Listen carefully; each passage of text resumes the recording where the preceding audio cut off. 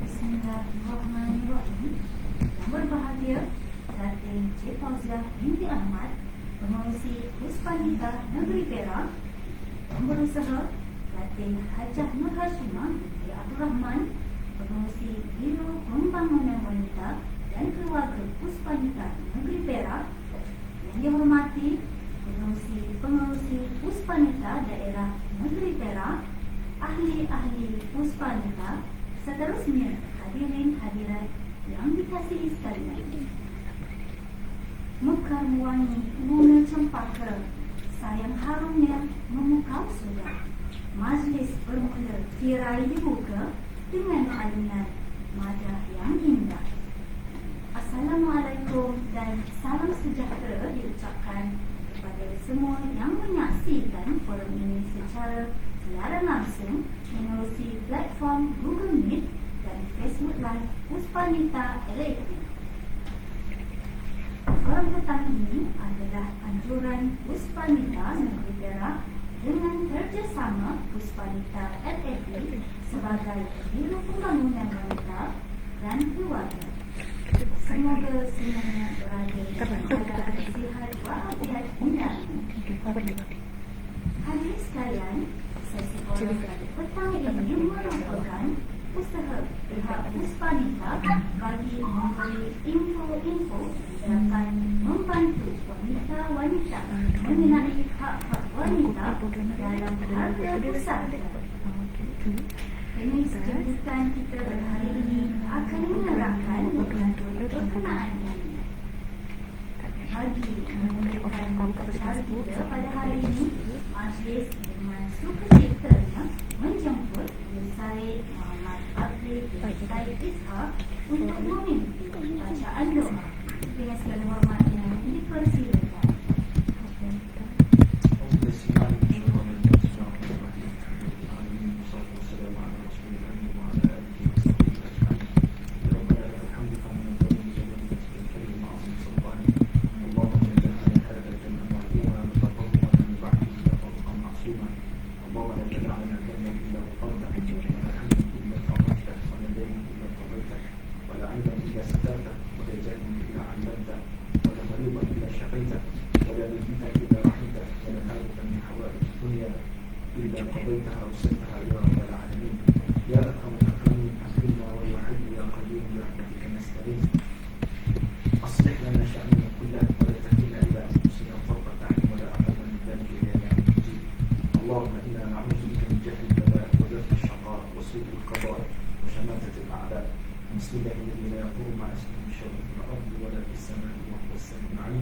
ربنا آتنا في الدنيا حسنة وفي الآخرة حسنة وقنا عذاب النار وصلى الله على خير خلقه محمد وعلى آله وصحبه وبارك وسلم محمد Majlis mengucapkan terima kasih atas kesempatan. Ada berbahasa menyampaikan pesan, ada cara menyampaikan ucapan. Oleh itu, bagi anggota forum kita pada hari ini, majlis dengan hormatnya menjemput yang berbahagia Datin Cik Fauziah binti Ahmad selaku pengerusi Puspanita Negeri Perak bagi memberikan ucapan alu-aluan. Dipersilakan. Assalamualaikum warahmatullahi wabarakatuh dan salam sejahtera. Terima kasih saudari pengacara majlis yang berusaha Ustaz Syed Muhammad Bakri dan Syed Ishaq selaku penceramah jemputan kita pada hari ini dan Puan Sri Hatini selaku moderator. Yang berbahagia Datin Hajah Noshimah binti Abdul Rahman, Pengurusi Biro Pembangunan Wanita dan Keluarga Puspanita Negeri Perak. Yang berbahagia Datin-datin, puan-puan, Pengurusi Biro Puspanita Perak, Pengurusi Puspanita Cawangan Daerah, ahli-ahli jawatan kuasa dan ahli-ahli puan-puan dan sekalian. Okey, terlebih dahulu, saya mengucapkan ribuan terima kasih kepada peserta-peserta yang sudi hadir dalam forum hak wanita dalam hak. Alhamdulillah, segala puji dan syukur kehadrat Allah Subhanahu Wa Taala kerana rahmat dan izinnya jua kita dapat sama-sama di dalam forum hak wanita dalam harta pusaka secara atas talian bersama dengan moderator Puan Sri Hatimi binti Muhammad Syamsuddin dan penceramah jemputan kita iaitu Ustaz Said Muhammad Bakri bin Said Ishaq. Saya juga ingin mengambil kesempatan ini untuk merakamkan ucapan setinggi-tinggi penghargaan dan terima kasih kepada Biro Pembangunan Wanita dan Keluarga Puspanita Negeri Perak dan juga ahli-ahli jawatan kuasa pelaksana Puspanita Lembaga Air Perak kerana dapat menjayakan forum pada hari ini. Semoga segala usaha yang murni ini dalam menjayakan aktiviti akan dapat memberi manfaat dan menambah ilmu pengetahuan kepada semua ahli puspanita tentang hak wanita dalam harta pusaka. Tanpa berlengah masa lagi, dengan lafaz Bismillahirrahmanirrahim, saya merasmikan forum hak wanita dalam harta pusaka. Sekian, terima kasih. Saya serahkan kembali kepada pengisi majlis. Terima kasih yang berbahagia Datuk Sri Fauziah di atas ucapan dan perasmian majlis sebentar tadi. Jika saya ingin memaklumkan, para hadirin boleh bertanyakan soalan ruangan komen Facebook Live Puspanita AMP atau di sajian yang telah kita pin, iaitu talian 016-414-980. Saya ulangi, talian 016-414-980. Soalan-soalan ini akan kami kumpulkan dan dibacakan semasa sesi soal jawab di akhir pematangan oleh panelis. Sebelum memulakan forum kita pada petang ini, izinkan saya memperkenalkan moderator kita iaitu Puan Sri Hatimi binti Muhammad Syamsuddin. Beliau merupakan pengarah Sekretariat Pembangunan Wanita dan Masyarakat Negeri Perak. Beliau telah berkhidmat selama 16 tahun di PTB dan telah melanjutkan pelajarannya dalam ijazah Sarjana Sains Bandar Komuniti Lestari USM dan ijazah Sarjana Muda Kepujian Perakaunan UUM. Seterusnya, panel jemputan kita pada hari ini adalah Biro Said Muhammad Bakri bin Said Ishaq. Izinkan saya ceritakan sedikit tentang beliau. Telah melanjutkan pelajaran dalam Diploma Pengajian Islam di Universiti Komisen tahun 2003, Diploma Pendidikan Bahasa Arab di Institut Perguruan Ipoh pada tahun 2008 dan seterusnya melanjutkan pelajaran ijazah Sarjana Muda Syariah Islamiah di Universiti Al-Azhar Mesir tahun 2005 serta ijazah Sarjana Syariah Universiti Malaya pada tahun 2018. Beliau juga telah menjuarai program reality TV Bercetus Ummah musim ketiga tahun 2016 dan aktif dalam memberi tarbiyah agama. Saya juga aktif dalam penulisan buku-buku seperti 7 golongan muda di bawah aras Allah, Indahnya Beradab Al-Quran, Ahli Al-Quran dan sebagainya. Tanpa membuang masa, dengan segala hormatnya, saya serahkan majlis ini kepada Puan Sri Hatimi selaku moderator pada hari ini. Dipersilakan, Puan. Terima kasih. Bismillahirrahmanirrahim. Assalamualaikum warahmatullahi wabarakatuh. Salam sejahtera dan selamat petang semuanya. Berbahagia Datin Encik Fauziah binti Ahmad, Pengurusi Puspanita Negeri Perak. Berbahagia Datin Hajah Muslimah binti Abdul Rahman, Pengurusi Biro Pembangunan Wanita dan Keluarga Puspanita Negeri Perak. Pengurusi Puspanita Daerah Negeri Perak. Pengurusi NGO, ahli-ahli Puspanita, ahli-ahli NGO. Seterusnya penceramah kita Ustaz PU Sheikh Muhammad Bakri bin Sheikh Ishaq. Para penonton yang saya hormati sekalian, salam perkenalan daripada saya, Sri Hatimi, moderator pada petang ini. Terima kasih saya ucapkan kepada semua yang sudi untuk mengikuti forum anjuran Puspanita Negeri Perak di bawah pimpinan Biro Pembangunan Wanita dan Keluarga. Jadi insyaAllah pada petang ini kita akan mengadakan forum ya, dan tajuk yang akan kita bincangkan pada petang ini adalah hak wanita dalam harta pusaka. Jadi sebagaimana kita sedia maklum ya, banyak isu dan salah faham ya yang timbul dalam masyarakat kita pada hari ini sehingga menyebabkan hak tersebut tidak dapat dibahagikan dan digunakan oleh waris-waris yang layak. Jadi saya mohon kepada semua pada penonton ya, boleh kongsikan ya melalui Facebook Puspanita LP supaya program ini dapat juga dilihat dan ditonton oleh lebih ramai orang dan semoga ianya memberi manfaat kepada lebih ramai orang. Jadi bila kita menyebut ya Ustaz ya berkaitan dengan pembahagian harta pusaka ini, ia merupakan satu perkara yang sangat pentinglah di dalam pembangunan ekonomi negara kita. Jadi sekiranya pembahagian ini tidak dijalankan dengan betul dan mengikut tata cara yang telah pun ditetapkan, harta tersebut tidak dapat diagihkan kepada pihak-pihak yang sepatutnya.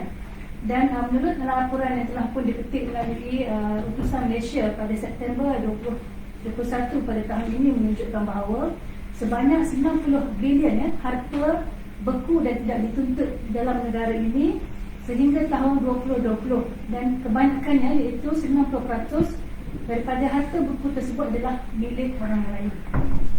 Dan menurut Undang-Undang Keluarga Islam dan juga hukum faraid, hak wanita dalam sebuah perkahwinan dan rumah tangga termasuklah harta sepencarian dan juga harta pusaka. Jadi apabila berlaku kematian ahli keluarga, urusan tuntutan harta sepencarian perlulah dibuat dahulu, kemudian baki tersebut akan diagihkan mengikut pemberian secara harta pusaka di bawah hukum faraid.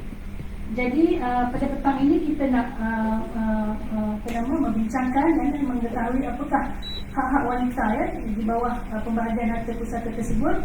Jadi bila kita menyebut seorang wanita ini, dia boleh jadi seorang isteri, seorang ibu dan juga seorang anak ya. Dan bagi setengah orang pula menganggap pengurusan tuntutan harta pusaka ini adalah rumit ya, kerana melibatkan pelbagai bidang kuasa ya, sama ada di tingkat kerajaan persekutuan dan juga kerajaan negeri. Dan ada beberapa faktor yang menyebabkan berlakunya kelewatan tersebutlah. Jadi sebelum kita pergi dengan lebih lanjut ya, saya ingin menanyakan soalan pertama kepada Ustaz PU Said ya, iaitu kita nak tahu Ustaz, apakah yang dimaksudkan dengan harta pusaka itu sendirilah ya. Mohon Ustaz memberikan penjelasan kepada kita. Silakan Ustaz. Bismillahirrahmanirrahim. Assalamualaikum warahmatullahi wabarakatuh. Alhamdulillah ya Rabbi ma'amadana Ahmad wa usalli wa usallim ala habibina wa syafi'ina wa tukrina wa mudana Muhammad wa ala alihi wa sahbihi wa man tabi'ahu bi ihsan ila yaumiddin. Amma ba'd.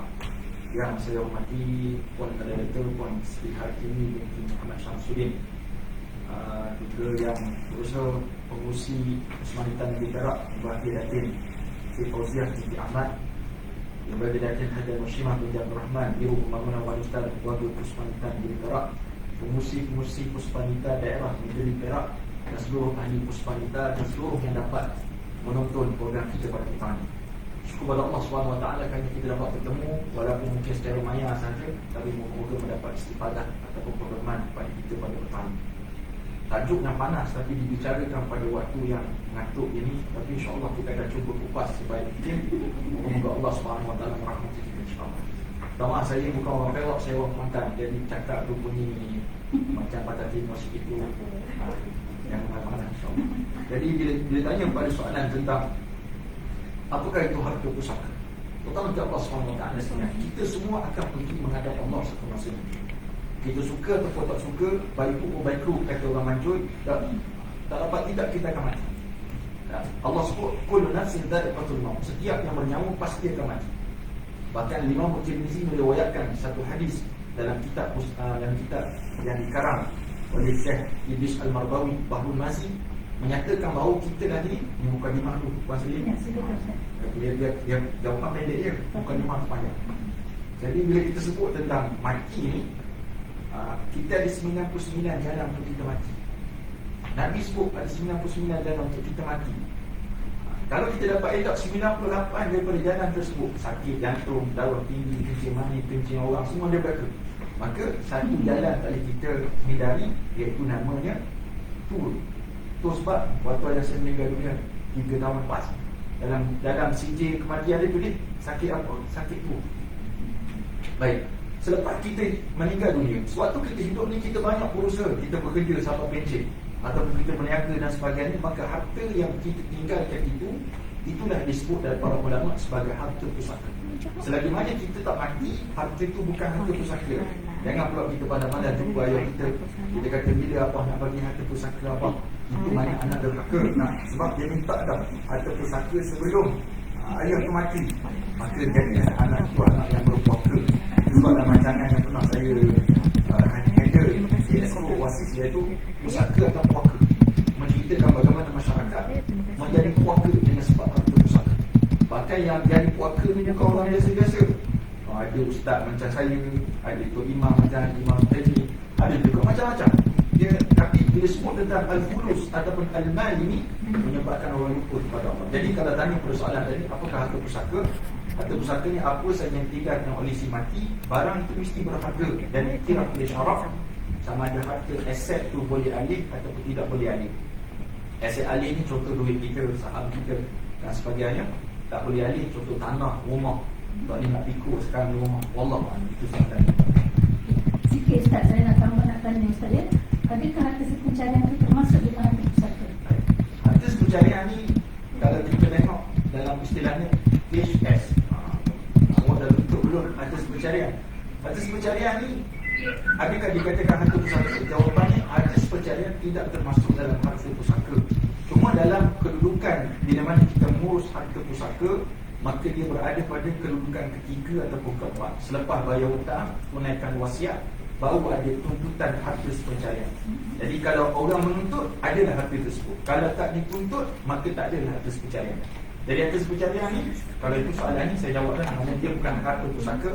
Dia hanya milik pasangan suami ataupun isteri sebab berlaku perceraian hidup ataupun perceraian mati. Okay, jadi kita jelaslah apa itu takrif harta dan juga pusaka. Dia dua berbeza tu lah. Harta tadi apa saja yang bernilai, pusaka tu terjadi apabila berlakunya kematian. Itu dia punya tipuannya lah. Dan apa namanya, saya nak tanya kepada Ustaz tadi, Ustaz ada sebut dengan kita ya, 99 ya, jalan kita akan matilah ya.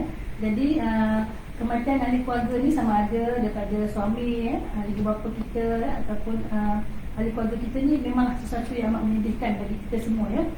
Namun macam mana yang Api sebutkan tadi, tak dapat dielak. Lambat atau cepat masa kita akan tiba ya. Jadi kita nak minta lah dikongsikan kepada kita ya, sekiranya berlaku kematian dalam keluarga kita, sama ada suami kita, ibu bapa kita ataupun anak-anak kita lah. Jadi apakah perkara yang perlu kita lakukan sebagai seorang wanita, balik kepada fungsi kita, sama ada kita sebagai isteri, sebagai ibu, sebagai seorang anak, dalam aspek pengusahaan harta pusaka ini. Apa perkara yang perlu kita lakukan Ustaz? Silakan. Ini soalan yang sangat baik sebenarnya. Dalam masalah sebut ada hukum muta'alliqah bidzalika, hak-hak yang berkaitan dengan peninggalan si mati. Bila seseorang meninggal dunia, sama ada suami ataupun isteri, ayah, ibu, anak-anak kita, maka yang pertama perlu kita uruskan, urus jenazah dulu. Jangan urus pusaka dulu. Jangan tengok tiga-tiga Abdul Wahab, Abdul Wahab, Ismail Ulang Raja punya harta habis. Dia dah bicara dah. Waktu Ismail Ulang Raja tengah sakit, dah cerita dah factory hilang dan sebagainya untuk kekanda. Asasnya, bila meninggal seseorang, tak kira kita ni perempuan ataupun lelaki-lelaki, kalau soalan spesifik pada perempuan, urus jenazah. Urus jenazah ni pakai duit siapa? Pakai duit si mati. Itu sebab orang dulu dia bersedia untuk mati.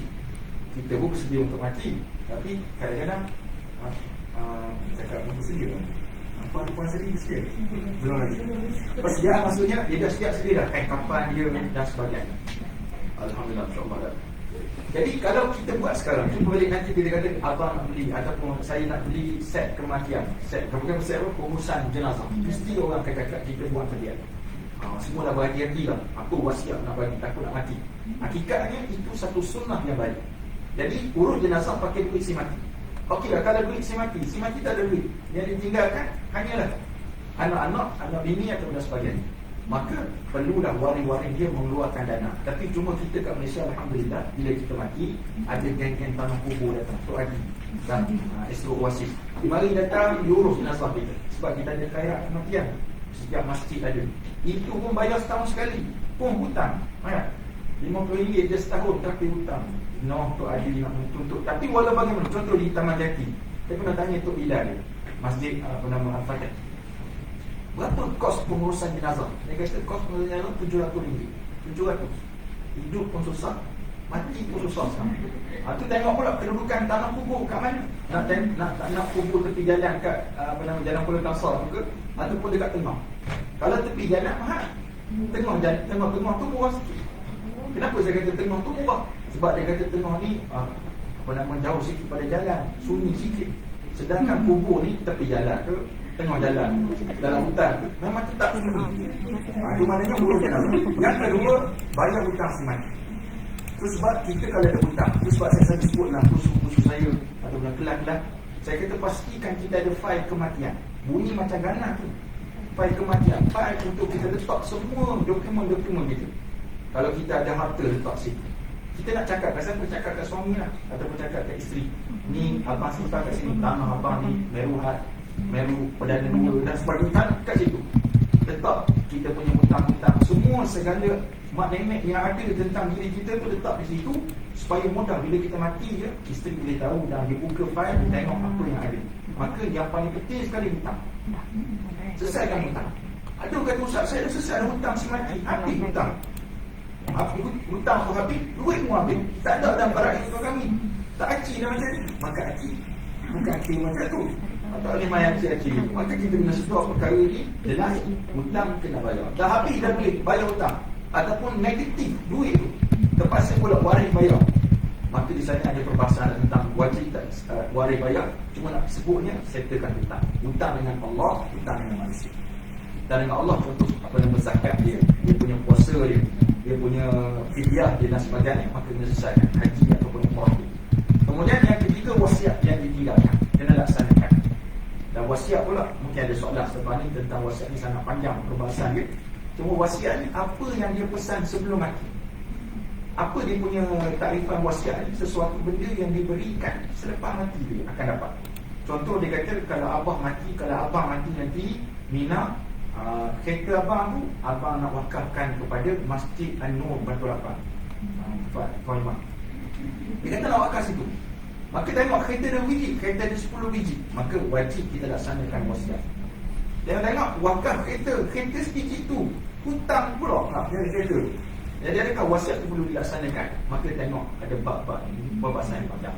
Kemudian tuntutan harta sepercayaan kalau ada. Sebab yang boleh tuntut atas percayaan ni hanya suami atau isteri je. Jangan pula anak-anak wakili mak. Mak saya dah mati tak sempat nak tuntut, jadi saya nak tuntut. Tak boleh. Jarang sangat kes yang hakim membenarkan anak memberi layak untuk tuntut harta sepercayaan. Harta sepercayaan ni apa yang kita dapat dalam tempoh perkahwinan. Kalau dapat bina rumah 3-4 biji, maka ada kelayakan. Dia anggap juga harta sepercayaan sebagai hutang.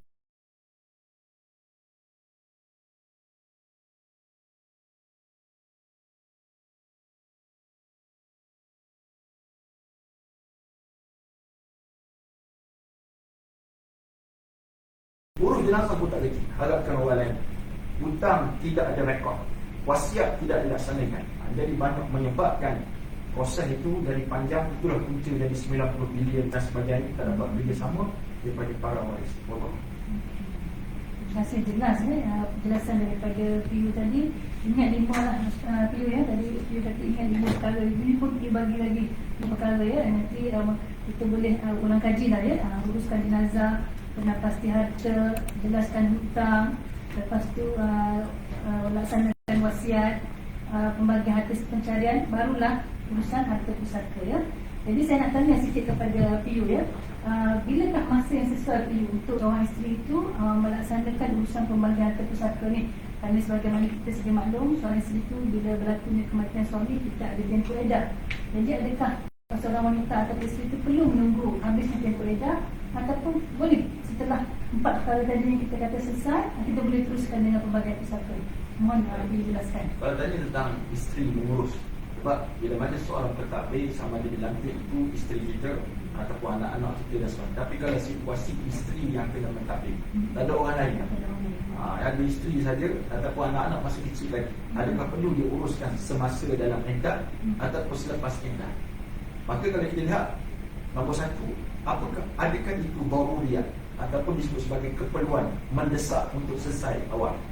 Kalau mendesak darurat, contohnya kalau tak buat pengurusan ni tak boleh nak bayar hutang-hutang si mati, maka dibenarkan syarak untuk dia walaupun dalam iddah untuk urus, tapi kena jaga dia punya adab-adab dalam tempoh iddah, dengan pergi pakai baju menggeli-geli, dengan bersolid-solidkan tebal 3-4 inci, jangan berwangi-wangian, sebab disunahkan pada wanita yang kematian suami berpakaian-pakaian yang gelap, tidak boleh bersolid, tidak boleh keluar rumah kecuali ada keperluan.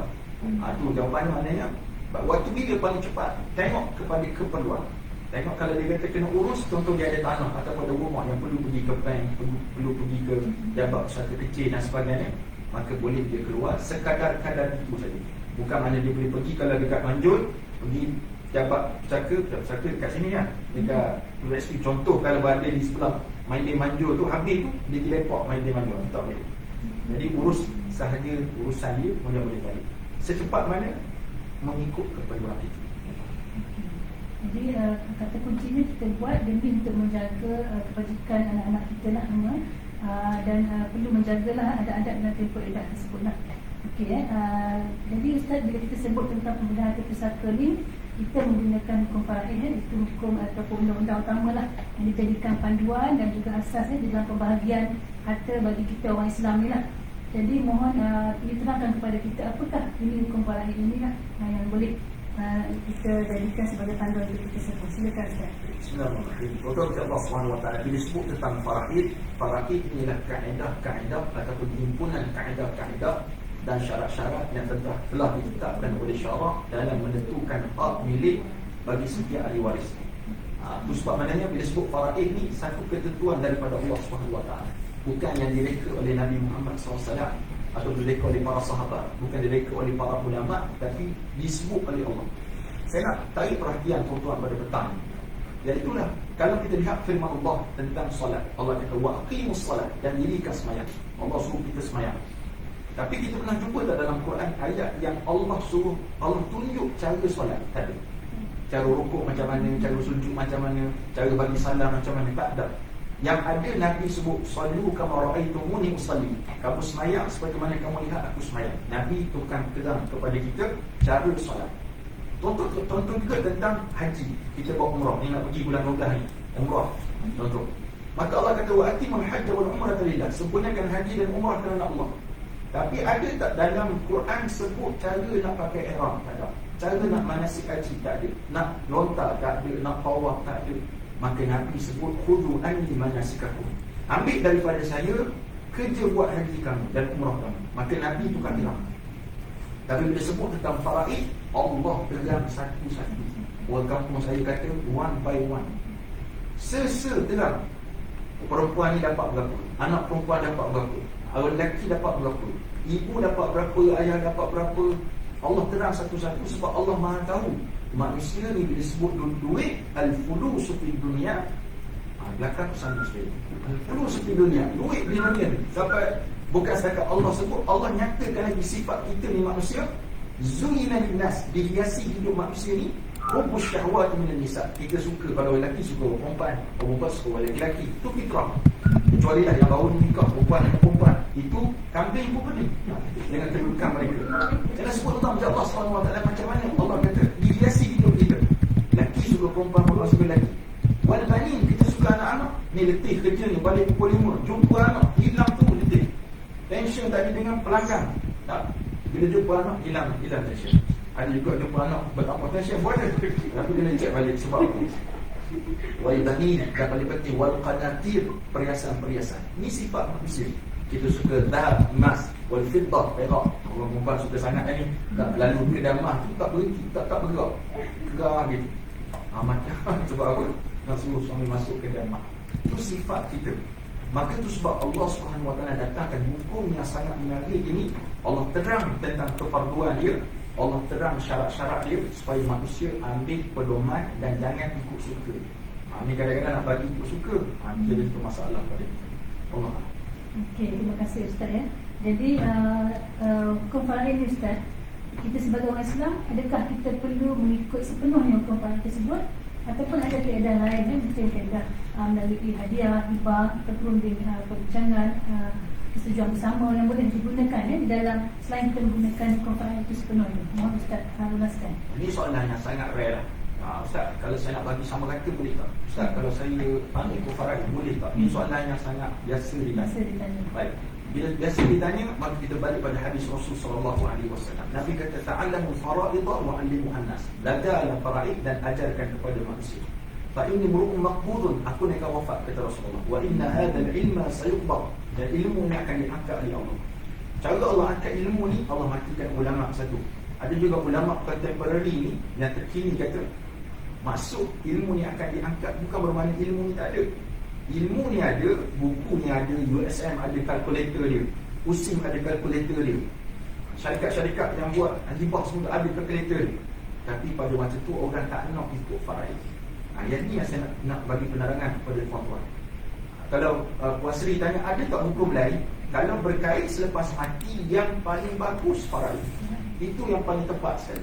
Walaupun kita kata ustaz sama kata paling baik, maka kita dah kufur kepada Allah. Kalau siapa yang cakap saya bagi sama rata paling bagus, kufur pada Allah. Kenapa saya kata kufur? Sebab kita nak seolah-olah berkata pada Allah, aku ni lebih cerdik pada Allah. Kalau sama rata tu lebih baik, pasti Allah sebut awal lagi yang Quran. Tapi disebabkan Allah bagi lebih kepada lelaki, kurang kepada perempuan, ada sebab-sebab dia. Satu, baik. Tapi kalau semasa hidup, apa yang terbaik? Hibah terbaik. Masa kita hidup nak bagi, itu nama hibah bagi semasa hidup. Orang tak bagi hibah bagi lepas mati, kecuali ada hibah bersyarat tu, itu lain. Kupas sampak mungkin di belakang kita kan bahas. Cuma nak sebutnya, kalau selepas mati faraid yang hukum yang terbaik. Walaupun ada adik-beradik marwah, saya boleh ada orang Terengganu. Yang Terengganu ni yang minta faraid, yang minta bagi sama kata ni bukan anak perempuan, anak lelaki-lelaki minta. Aku nak bagi sama kata, aku tak nak faraid. Dan kita balik pula. Biasa orang perempuan yang berdesak ni, tapi dia pula. Maka kita yang tanya pada saya ni ustaz juga. Tu orang kata Tok Bomah tempatan dia pun tak laku. Nak Tok Bomah luar. Dia tak dengar cakap kawan saya ni, dia nak dengar cakap orang lain. Maka saya sebut bagi faraid itu paling baik sekali. Kata siapa yang cakap ni? Al-Marhum Dr. Wahbah Az-Zuhaili dalam kitab Al-Fiqh Islami wa Adilatu, dia kata bagi ikut hukum Allah. Lepas kamu dapat, kamu bagilah ikut suka kamu. Sebab apa dia kata dapat di sana? Yang pertama kita meraihkan kepada Allah sana. Sebab Allah sebut gitu. Yang kedua, lepas membagi balik pada adik-adik kamu, itu kamu meraihkan hak kamu pula. Beza dia kalau kita direct terus bagi sama rata. Tak nak faraid, satu keberkatan daripada Allah Ta'ala. Kenapa dia kata keberkatan?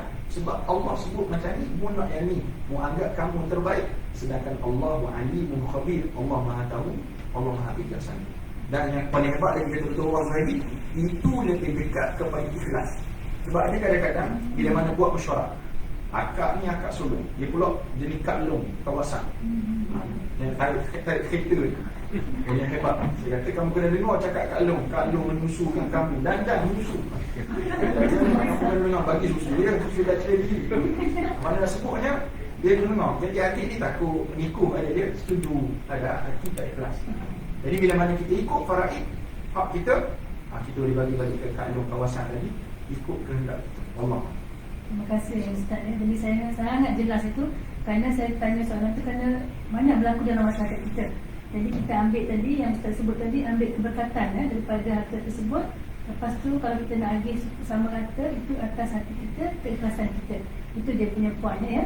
Jadi soalan saya seterusnya Ustaz ya. Jadi kalau kita melihat berkaitan dengan pembagian pusaka ini yang disebutkan dalam Al-Quran adalah melalui surah An-Nisa ya, itu melalui ayat 11, 12 dan juga ayat 176, yang mana Allah memerintahkan harta pusaka dibahagikan bukan sahaja kepada waris lelaki malah juga kepada waris perempuan. Oleh itu, setiap lelaki dan setiap perempuan wanita boleh mewarisi dari harta pusaka ahli keluarganya yang telah pun meninggal dunia. Jadi pada petang ini kita mohon beliau jelaskan apakah hak wanita tersebut sebagai seorang isteri, sebagai ibu dan juga anak mengikut pembahagian pusaka yang telah ditetapkan melalui ayat tersebut. Silakan Ustaz. Okay, baik. Dalam Al-Quran, ayat yang kalau tengok yang Puan Seri sebut tadi, ayat 11, 12 dan 176 itu disebut sebagai ayat yang khusus. Jadi satu lagi ayat nama ayat yang umum, ayat 7 daripada surah An-Nisa. Allah kata lirrijal nasibu mimma tarakal walidani wal aqrabun. Lelaki tak kira kecil besar tua muda miskin kaya sihat tak sihat, asalkan dia lelaki-lelaki, walaupun dia tukar yang riba dia jadi perempuan, lari ke Thailand tetap dia ni sebagai seorang lelaki-lelaki, tetap dia sebagai seorang lelaki-lelaki.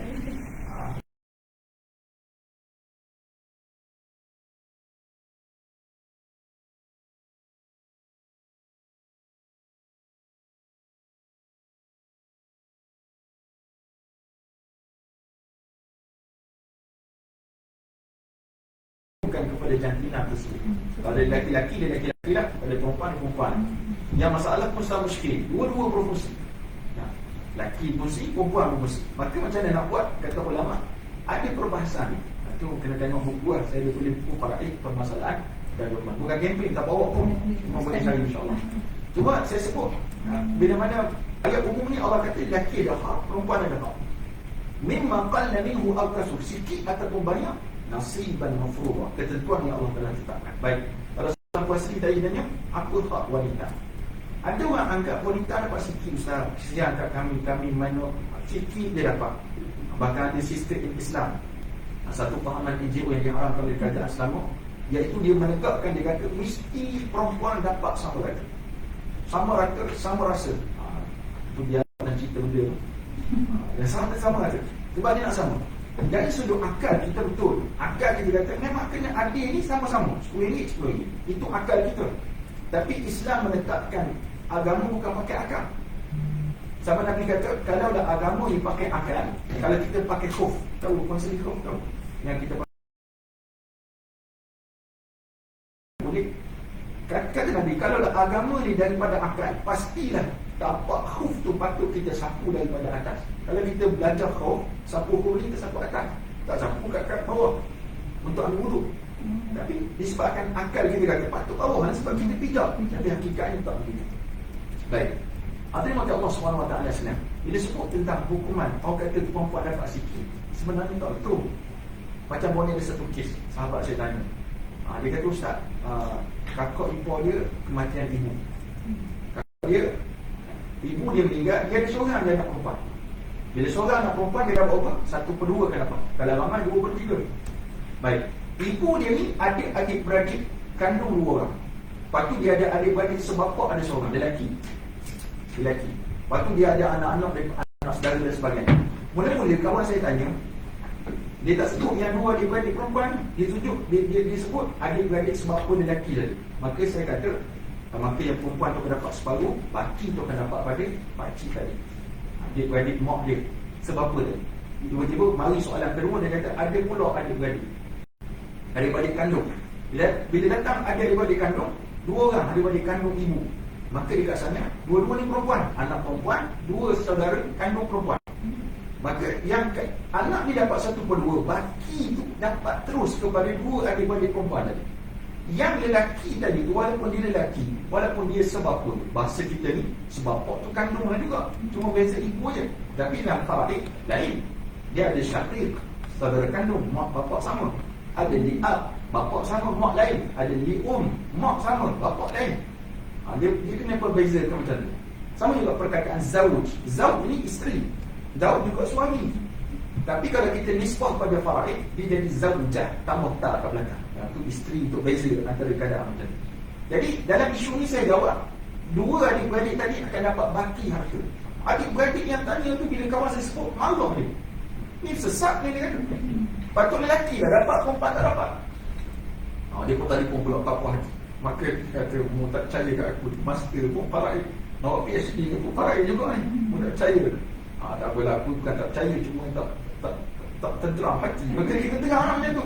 Rupa-rupanya adik-adik perempuan ini dia masuk dalam asabah ma'al ghairi. Asabah ma'al ghairi ini maksudnya mengambil baki bersama orang lain. Bersama siapa? Bersama anak perempuan. Dan kedudukan dia ni boleh berubah, transform jadi daripada lelaki, daripada perempuan. Dia seolah menjadi macam lelaki-lelaki.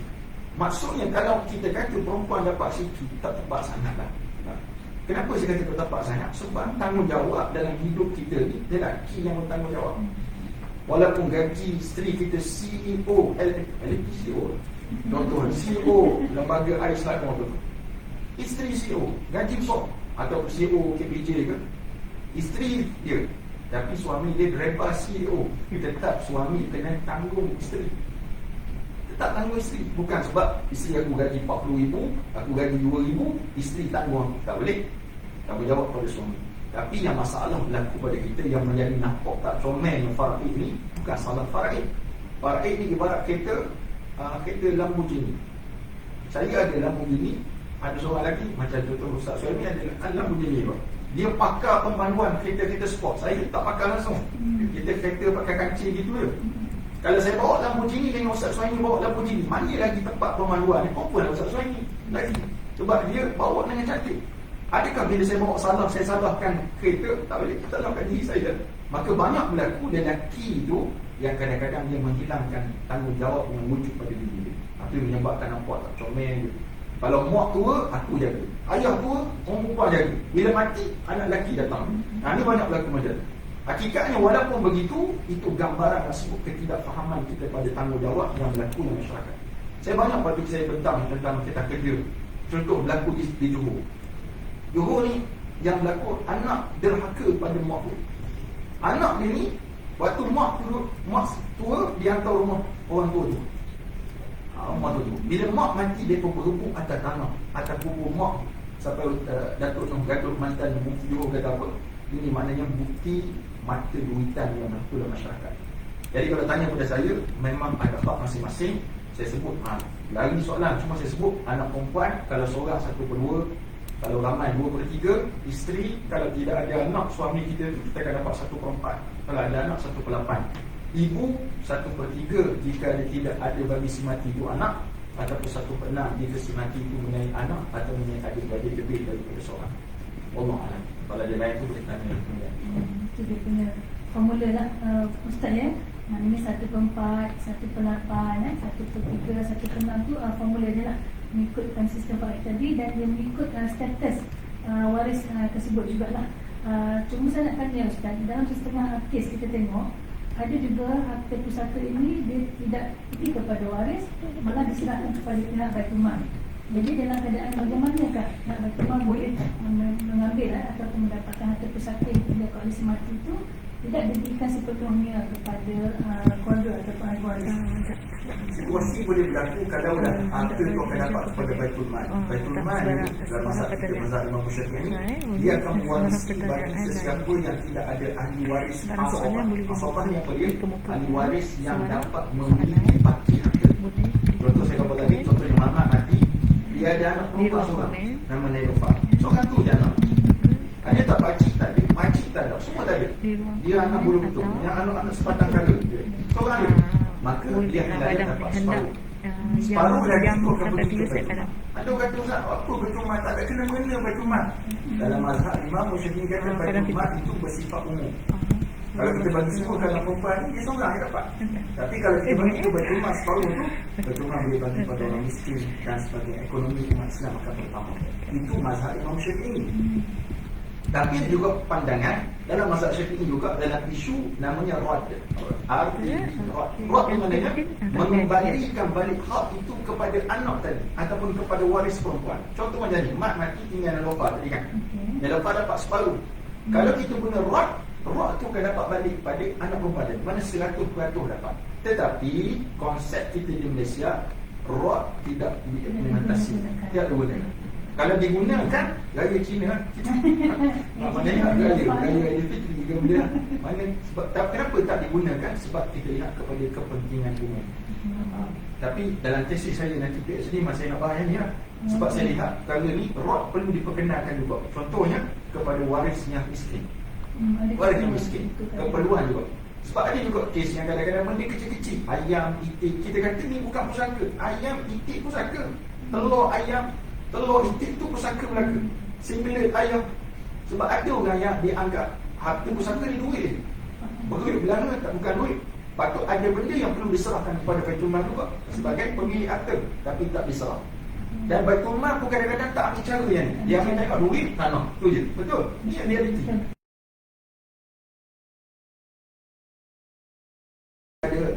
Tu tak. Jadi itu perbahasan saya dalam proses insya-Allah. Nampaknya dia bila kita tanya tu dia lebih mendalam ya. Tapi dari situ lah kita nampak cantiknya ya. Islam itu ya mengambil kira kepentingan umum melebihi kepentingan peribadi lah ya. Dan kita percaya lah Ustaz ya, harta itu kalau diberikan ikut Baitul Mal tu, pahala itu pun sampailah kepada si mati ya, mudah-mudahan. Dan saya nak tanya juga lagi, bagaimana dengan status pembagian harta kepada anak angkat? Sama ada angkat itu secara angkat tidak rasmi ya, ataupun memang bela daripada kecil dan jadi ya, ataupun anak-anak di bawah umur ni, macam mana itu Ustaz? Saya tak sambung sikit tentang Baitul Mal tadi. Contohnya kalau dah harta kita ada Baitul Mal dapat, Baitul Mal ni bukan kejam. Memang banyak yang kejam Baitul Mal dapat kredit. Kita boleh tebus. Kita boleh pergi ke Baitul Mal dan tebus kalau kita mampu menebus. Ataupun juga kadang-kadang kita pergi Baitul Mal buat rayuan, Baitul Mal bagi free je. Kalau contoh tanah kat mana? Dalam Borneo contoh. Tak ada langsung dia punya ni tempat-tempat yang terpencil ataupun sekakan mangki ke kecil sangat. Untuk Baitul Mal sikit sangat. Jadi kita dibeli ataupun Baitul Mal akan bagi terus. Itu satu. Jadi nak isu anak angkat dari sudut faraid tidak ada peruntukan untuk mereka faraid, tapi dari sudut hibah ataupun wasiat ada. Jadi berhati-hatilah bagi orang yang ada anak angkat, jangan kita biar dia tanpa apa-apa. Sebab ada kes berlaku di Kelantan, ini orang Johor. Tapi kes berlaku di Kelantan tentang bagaimana mak dia wasiatkan rumah tu kepada anak angkat. Tapi adik dia ubah wasiat tersebut. Bila dia berpuasa, dia kata mak saya tak ada tinggalkan wasiat apa-apa. Sedangkan waktu mak dia sakit, anak angkat tu yang jaga. Anak betul tak jaga.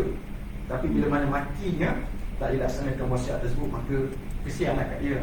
Akan dia baik dan sebagainya. Jadi anak angkat ni perlu hibah ataupun wasiat. Di seluruh faraid mereka tidak ada hak.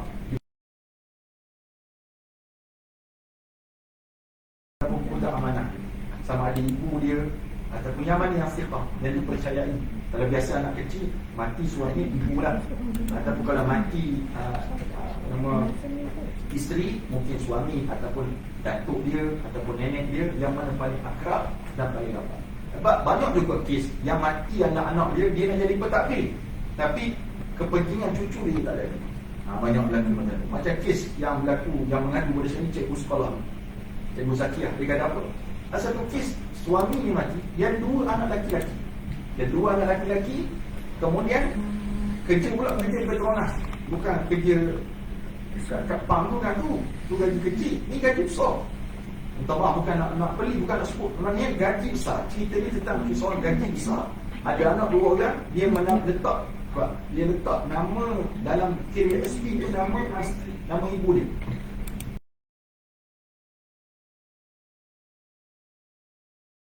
Apa yang berlaku? Mak dia keluarkan duit tersebut, mak dia faraid bersama adik-beradik dia. Cucu yang kecil tak dapat, isteri tak dapat. Ini satu benda yang sangat dahsyat. Jadi penting untuk Allah Subhanahu Wa Taala, kepentingan wasiat penting untuk kita pesan siapa yang jaga anak kita kalau saya tak tahu. Contoh kakak ipar saya, dia pesan dah siap-siap, dia buat wasiat. Kalau dia tak ada nanti diserahkan anak dia buat jagaan isteri saya contoh. Ini keadaan yang perlu. Sebab kita tak tahu bila kita mati. Kita tak tahu bila kita pergi menghadap Allah Subhanahu Wa Taala. Allah. Ustaz, di kesempatan ni dah petang ni kan, kita nak bahas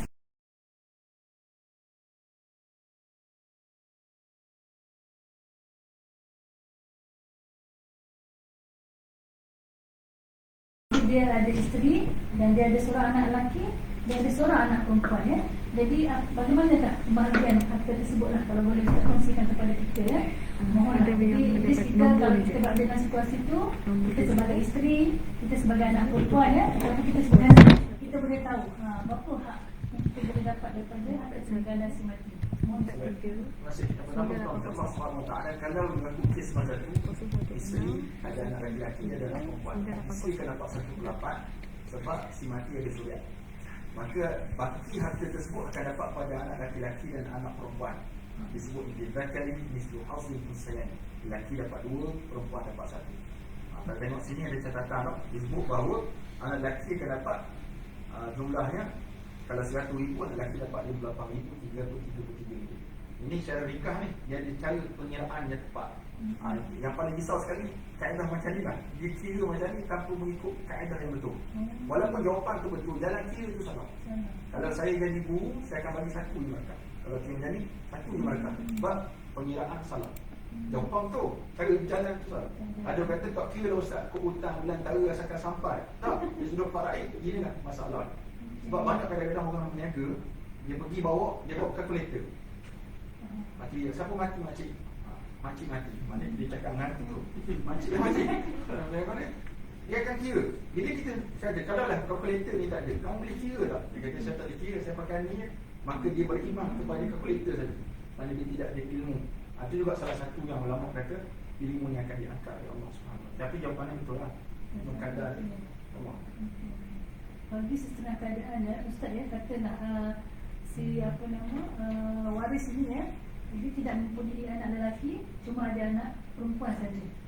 Jadi apakah hak isteri dan juga anak perempuan tersebut, dan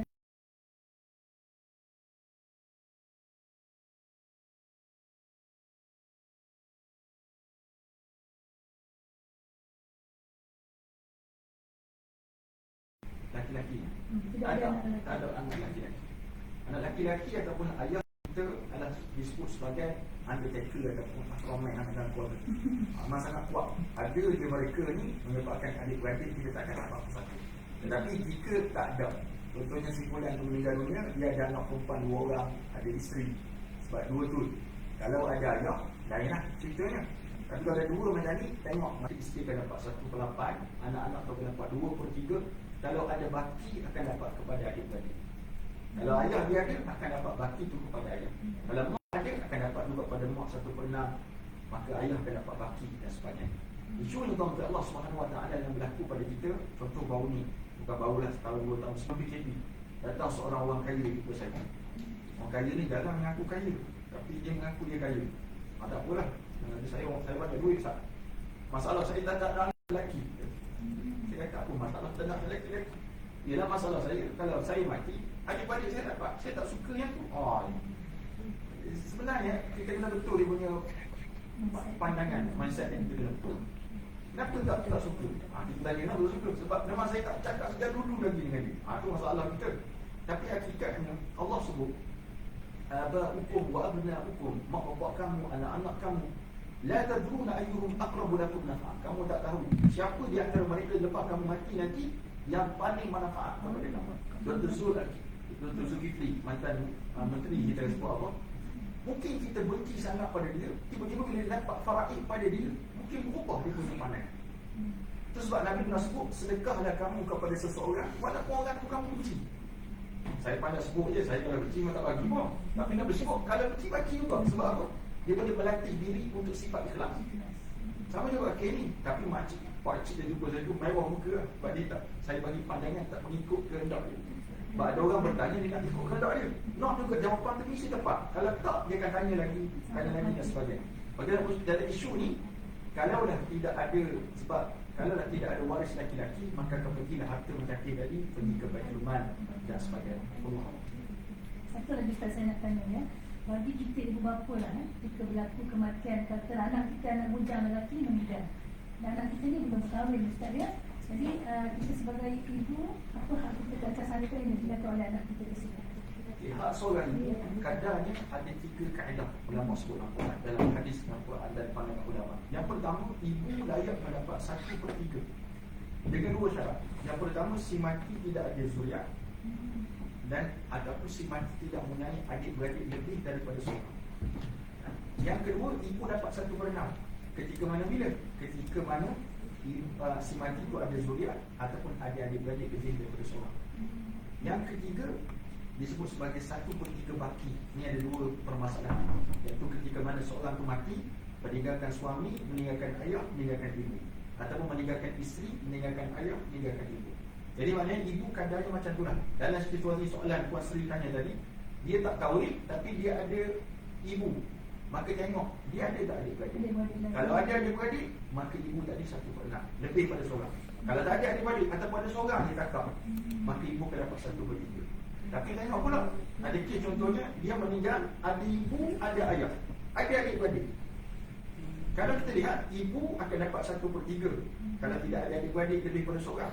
Tapi sekarang ni ibu ada adik-beradik lebih, iaitu adik-beradik ada 2 orang contoh, dan dia ada ayah. Bila ada ayah, ayah ni akan menghalang adik-beradik daripada dapat. Tetapi kata ulama, walaupun adik-beradik ni dihalang oleh ayah daripada dapat, dia tetap menyebabkan ibu tidak dapat 1/6 walaupun adik-beradik tak dapat. Itu disebut kaedah batin yang ulama pernah tetapkan. Tapi ibu-ibu sekalian, jangan risaulah, hak puan-puan dijaga oleh syarak. Jelas hak memang dijaga oleh syarak dan disebut dengan jelas. Saya nak tanya seterusnya kepada Ustaz.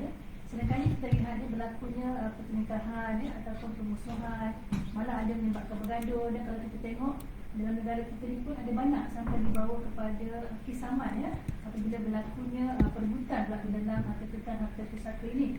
Jadi bila kita dapat ini sebenarnya banyaklah yang menyebabkan sesuatu itu berlaku, antaranya kerana kurangnya ilmu terhadap pemahaman kita. Mungkin kita faham lain Ustaz kata dan dalam begini tadi cara kita bawa berbeza dengan orang yang mahir Jadi kita dapati juga terdapat banyak yang mitos Maksudnya mitos ni benda yang kita bukan tahayul Ustaz, tapi fahaman kita yang salah. Sebagai contoh kalau boleh saya sebut di sini kita wanita beranggapan jika suami meninggal, rumah yang mereka duduk akan jadi milik kita sepenuhnya lah. Nombor 1. Nombor 2 lagi, contohnya mitos yang kita biasa dengar adalah wang yang ada dalam KWSP ataupun tabung haji yang dinamakan sepenuhnya atas nama isteri. Isteri boleh guna sepenuhnya untuk kegunaan isteri dan anak-anak. Jadi mohon Ustaz ulaslah berkaitan dengan 2 persoalan saya tadi berkaitan dengan mitos yang biasa berlaku dalam masyarakat kita dan apakah hakikat yang sebenarnya Ustaz. Baik, seperti mana kata moderator tadi, betul sungguh lah. Kalau orang beranggapan kalau kita rumah tu kita hidup sama suami kita, bila suami kita mati kita dapat, ataupun kalau kita mati suami dapat. Hakikatnya tak betul. Sebab bila mana seseorang tu meninggal dunia, harta tersebut harta pusaka, kecuali lah telah dihibahkan awal lagi. Sebab sayang sangat kat isteri, abang hadiahkan, jangan disebut sedekah. Sebab kita suka sedekah pada suami, sedekah pada isteri, sedekah. Saya nak betul juga tentang sedekah ni. Kadang-kadang sedekah pada mak kita. Sedekah ni satu benda pemberian yang kita beri kepada orang yang di bawah status kita. Maka kalau sama status suami, kita beri hadiah.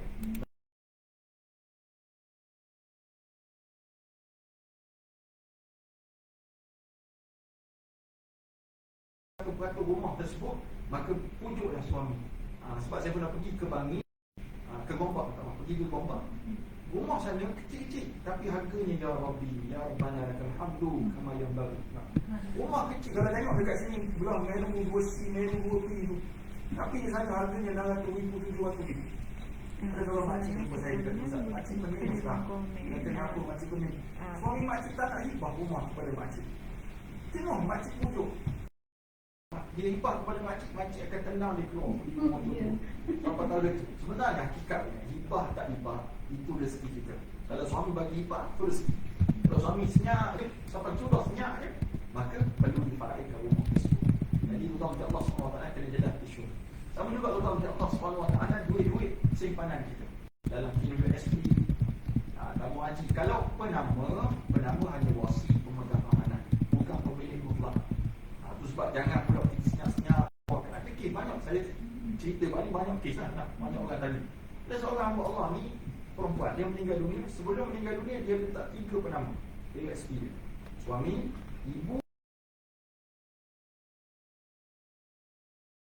Meninggal dunia, suami keluarkan duit senyap-senyap, anak keluarkan duit senyap-senyap. Tapi bila turn ibu nak keluarkan duit, suami pergi jemput, mak kena faraid duit. Time dia keluar tak faraid, time nak keluar tak faraid. Hakikat tu berlaku masyarakat kita sebab ketidakfahaman. Tidak berlaku yang sangat pelik berlaku masyarakat. Dah banyak lagi utama Allah SWT. Contoh kes yang pernah saya cerita kisah saya ni ataupun banyak dengar cerita ni banyak kali lah. Bagaimana kes berlaku di Kuala Kasar, nanti lagi dahsyat. Rumah sendiri, rumah dia runtuh kan. Sebab Sebabkan sepupu datang declare rumah ni ada hak dia. Dan tuan rumah ni sahabat saya, ayah pada sahabat saya, dia kata, kamu jual lah kat aku, yo, aku bagilah duit. Oh tak nak, dia kata, aku tak nak, aku nak juga rumah ni.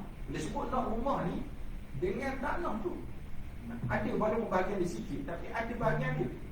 Maka disebabkan rasa sakit hati di tuan rumah ni, dia mesyuarat dengan anak-anak dia, buat mesyuarat tak sekali, sewa PO untuk rumah. Dia kata anak-anak menyeluk perkasa, dia sampai berapa kali, dia semua tak dapat.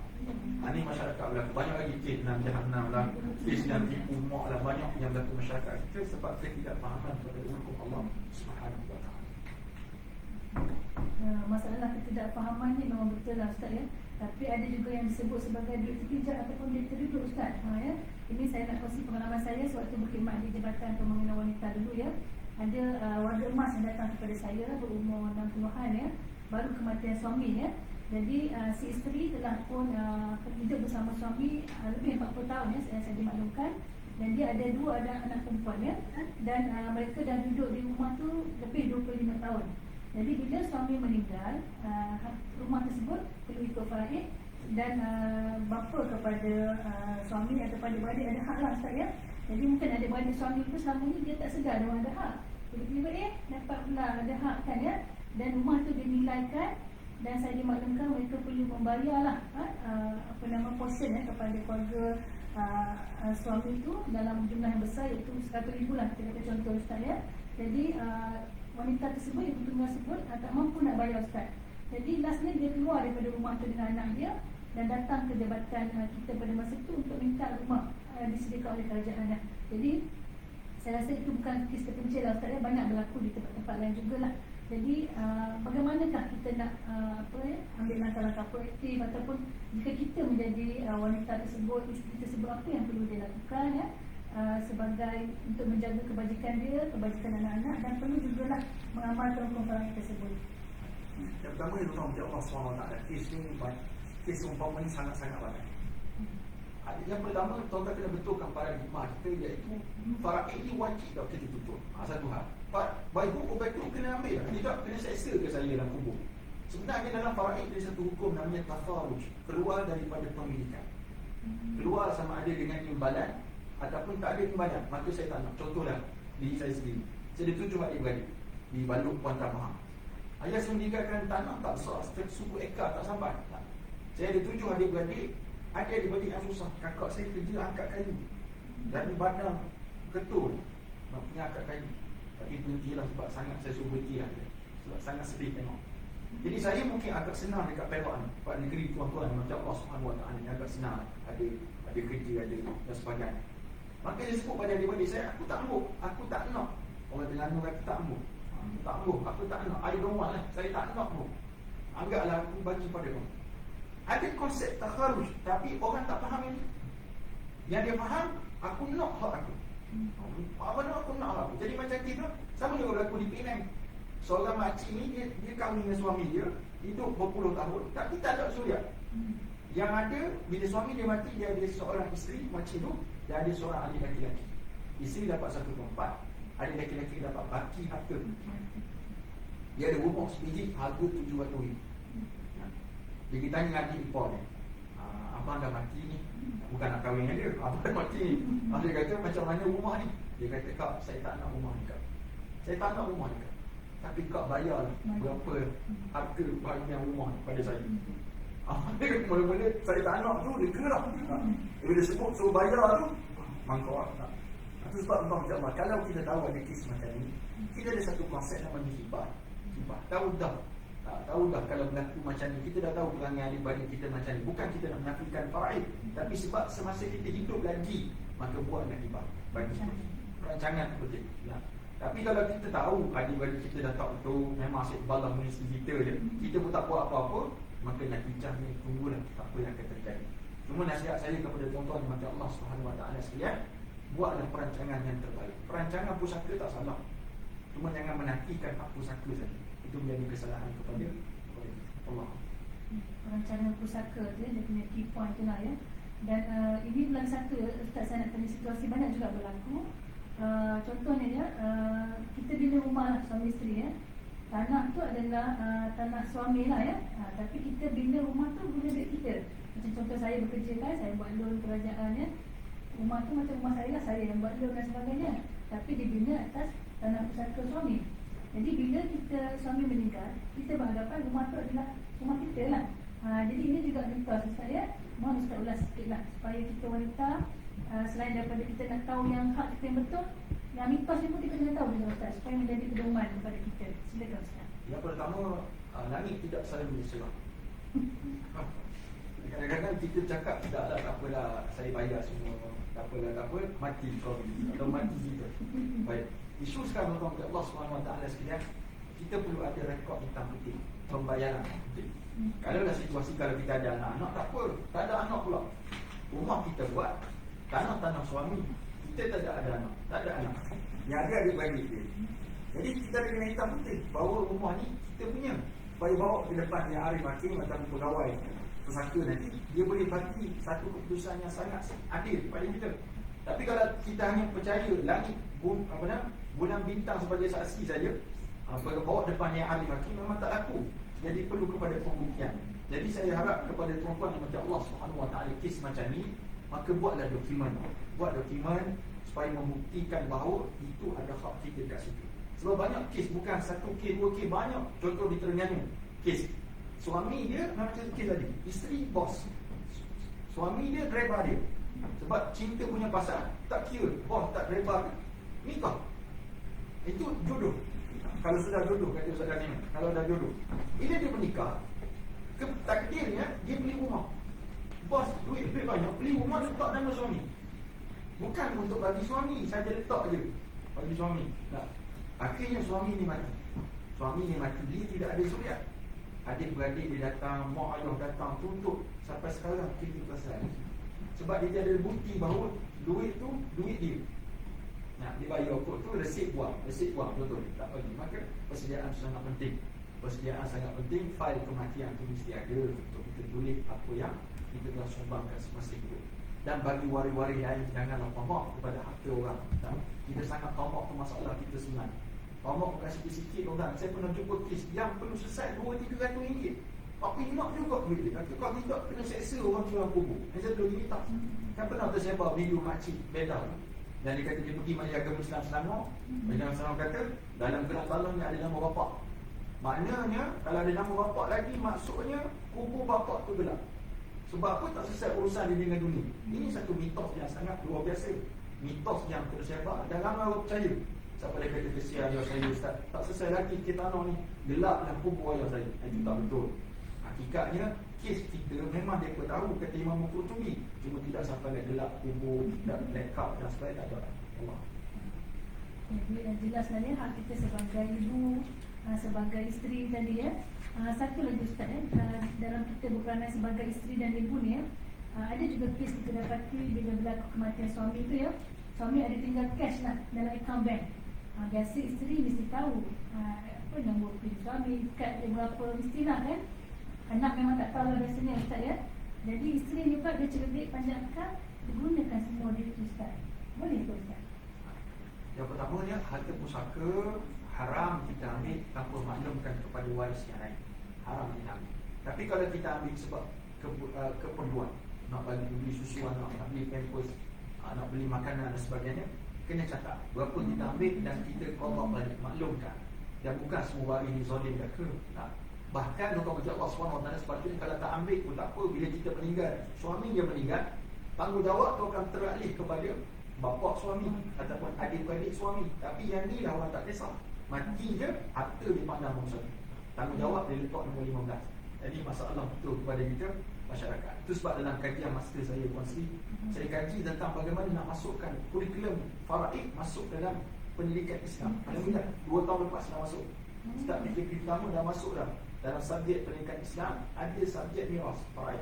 Sebab salah itu saya bekerja di Kementerian Pelajaran lagi, dapat beasiswa untuk sama belajar. Maka kajian tu saya buat. Apa yang penting sekali nak, ilmu sangat penting kepada masyarakat. Dan di Perak ni saja boleh kita kira pakai jari berapa orang guru yang mengajar faraid. Di Perak, di Ipoh saja berapa orang, Ustaz Ashraf PTA Ipoh, saya sendiri, Ustaz Azul Mangkau, Ustaz apa nama, seorang lagi, 3 orang. Tak ramai. Hanya ni ilmu ni sangat sikit diajari dan juga sangat sikit orang faham. Subhanallah. Wallahu a'lam. Jadi tahniahlah kepada Ustaz tu baik tersebut ya. Jadi memang saya setujulah, sangat ramai orang yang mahir dan mempunyai kepakaran dari ilmu ni, ramai orang yang tidak mempunyai kefahaman ya. Jadi Ustaz, saya nak pergi kepada soalan seterusnya. Ini berkaitan dengan perancangan lah Ustaz ya. Selain daripada hukum faraid tadi, kita ada sebut ya, di mana kita boleh mengambil langkah-langkah awal ya, membuat perancangan atas harta-harta kita ni sebelum dia menjadi harta pusaka, itu sebelum berlakunya kematian. Jadi antara kaedah yang boleh digunakan ya untuk membantu kesejahteraan keluarga kita adalah melalui kaedah wasiat ataupun hibah. Mungkin Ustaz boleh jelaskan sikitlah apa itu yang dimaksudkan dengan wasiat ya, dan apa itu hibah, dan keadaan bagaimana dua perkara ini boleh kita laksanakan. Ustaz, silakan. Bismillah, wassalamualaikum warahmatullahi wabarakatuh. Kalau kita sebut tentang wasiat, wasiat ini suatu pesanan yang berkait dengan mati. Contohnya kalau ibu mati, tanah ni kamu dapat. Tapi wasiat ni tuan kena sedar balik. Sebab ada orang kadang-kadang dia jual apa nama skim wasiat ni ataupun dia bagi istilahnya apa? Perkhidmatan wasiat. Dia kata tak perlu buat je wasiat tuan. Buat je buat. Asal hakikatnya dalam Islam wasiat kepada ahli waris mesti kena dapat persetujuan semua waris. Persetujuan ni bukan waktu tulis tu. Kalau sivil undang-undang konvensional memang, tapi undang-undang Islam semasa nak asalnya kan. Contoh saya kata macam ni, anak saya ada 5 orang, kakek 11. Ada 5 orang. Boleh. Saya gambar kepada anak saya rumah. Bawa contoh Messi tadi. Dia kata rumah kalau Abi mati nanti, rumah ni kamu dapat. Maka itu wasiat. Dia berkait dengan mati. Itu syarat. Itu hibah bersyarat. Tapi saya kata kalau abah mati, kamu dapat rumah. Baik, saya pun mati 40 tahun kemudian. Nampak lagi? Ambil kunci, halau adik-adik. Dia kata ni rumah aku punya. Adik-adik kata, siapa kata? Ni wasiat ayah. Hakikat ni macam Allah SWT dalam wasiat tersebut, kalau adik-adik tak setuju, burn wasiat. Tak ada guna. Tak ada guna wasiat. Dia kena kembali pada faraid. Tentang tu kena jelas. Tapi ramai orang faham wasiat tu boleh ditentang. Boleh ditentang. Tapi kalau hibah, kita bagi direct ataupun kita bagi bersyarat, hibah contoh hibah mutlak. Rumah ni abah bagi kamu. Rumah aku senyap. Dia tak cakap ya, dia tak cakap no. Senyap tu dalam bahasa Arab sebut as-sukun ala maturridha. Senyap tanda setuju. Bukan dia isu kahwin je. Tanya anak kita nak dara dia. Kamu nak kahwin tak minat? Dia pun lari, dia tambukan ke belakang senyap. Dia nak kahwin tu sebab dia senyap. Sama juga as-sukun ala maturridha. Baik. Bila kita dah bagi, itu hak dia. Cuma masalah orang kita orang Melayu ni cakap mulut. Rumah ni ambil ke kami. Ni gigi palsu mak kamu dapat. Ni semua dia kata macam tu. Tapi cakap mulut. Bila cakap mulut, dia senang ditentang. Kaedah sebut al-bayyinatu ala mudda'i. Bukti bagi orang mendakwa wal yaminu ala man ankar, dan sumpah bagi orang yang ingkar dakwaan. Kena ada bukti sekarang. Apa ni hitam putih. Kena bawa. Cuma tentang perancangan yang sangat baik. Masa sebut pada awal tadi, kalau nak buat wasiat, kita beri contohnya wasiat ni, kita nak nanti wasi pentadbir. Kalau abang mati nanti, satu masa nanti kalau abang tak ada, maka yang jadi pentadbir abang kamu, mamat contoh. Kalau abang tak ada, satu masa nanti wasiat, abang wasiatkan bagi 10,000 kepada tahfiz ni contoh. Itu bagus. Tapi kalau melibatkan, kalau abang mati, rumah ni kamu dapat, kalau abang mati ni kamu dapat. Kalau anak-anak bila pergi cara wasiat, anak-anak setuju dengan wasiat tu, alhamdulillah. Selesai. Tapi anak-anak tentang ni seorang dapat kat Ulu Kita, ni seorang tengah-tengah Kuala Lumpur, ni seorang dia beza banyak. Jadi banyak bunyi itu jadi satu masalah. Jadi jangan buat wasiat kalau kita tahu anak-anak kita akan berbalang. Maka apa yang penting, kalau nak juga bagi waktu kita hidup ni, hibah mutlak. Ambil kunci, ni ambil kamu dan hibah mutlak. Ada satu lagi yang hibah bersyarat. Dua bersyarat ni untuk orang yang ragu-ragu nak bagi sekarang, kan dia tendang yang keluar. Macam kes 2 profesor, tapi dah baik balik dah. Cuma kita bagi contoh Ibrah, 2 orang profesor, suami profesor, menantu profesor, tendang nama ayah keluar. Dan sekali kena samban kan, kena bayar macam-macam. Saya nak sebut bukan isu bidaknya orang, tapi isu kefahaman dan keimanan kepada takdir Allah ataupun ketentuan Allah SWT. Jadi kalau kita rasa ragu-ragu nak bagi segera, maka kita boleh buat hibah bersyarat. Hibah bersyarat macam mana? Kita berikan sesuatu selepas kita tak ada lagi.